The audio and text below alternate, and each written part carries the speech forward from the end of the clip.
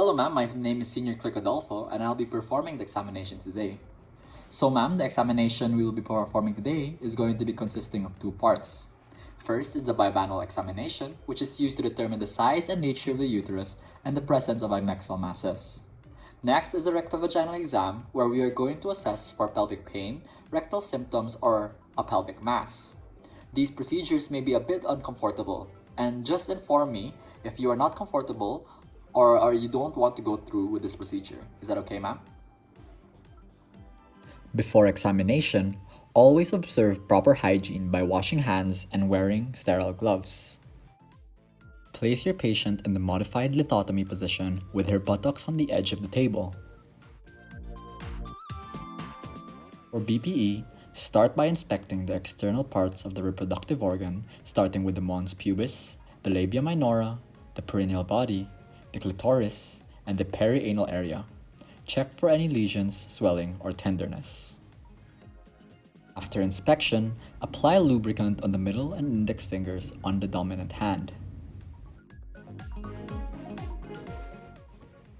With the thumb and the ring finger, separate the labia minora and insert the fingers into the vaginal canal, pointing posteriorly.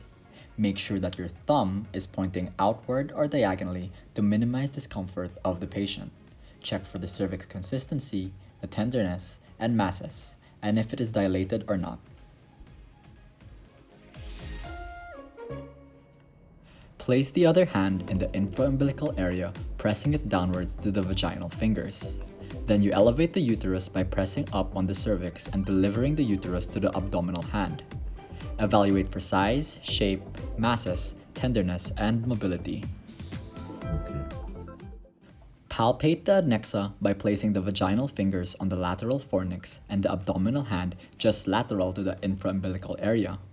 Bring two palpating hands together and outline the adnexa and check for tenderness.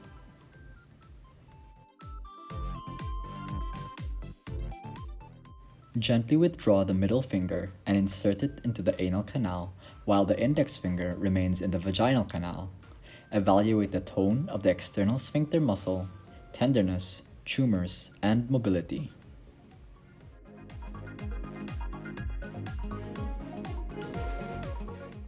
Remove your two fingers slowly.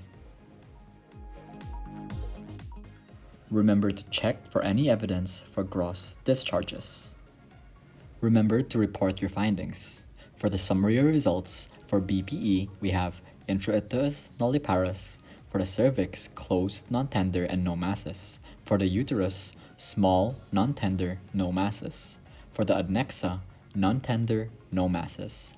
For the discharges, no bloody or foul smell.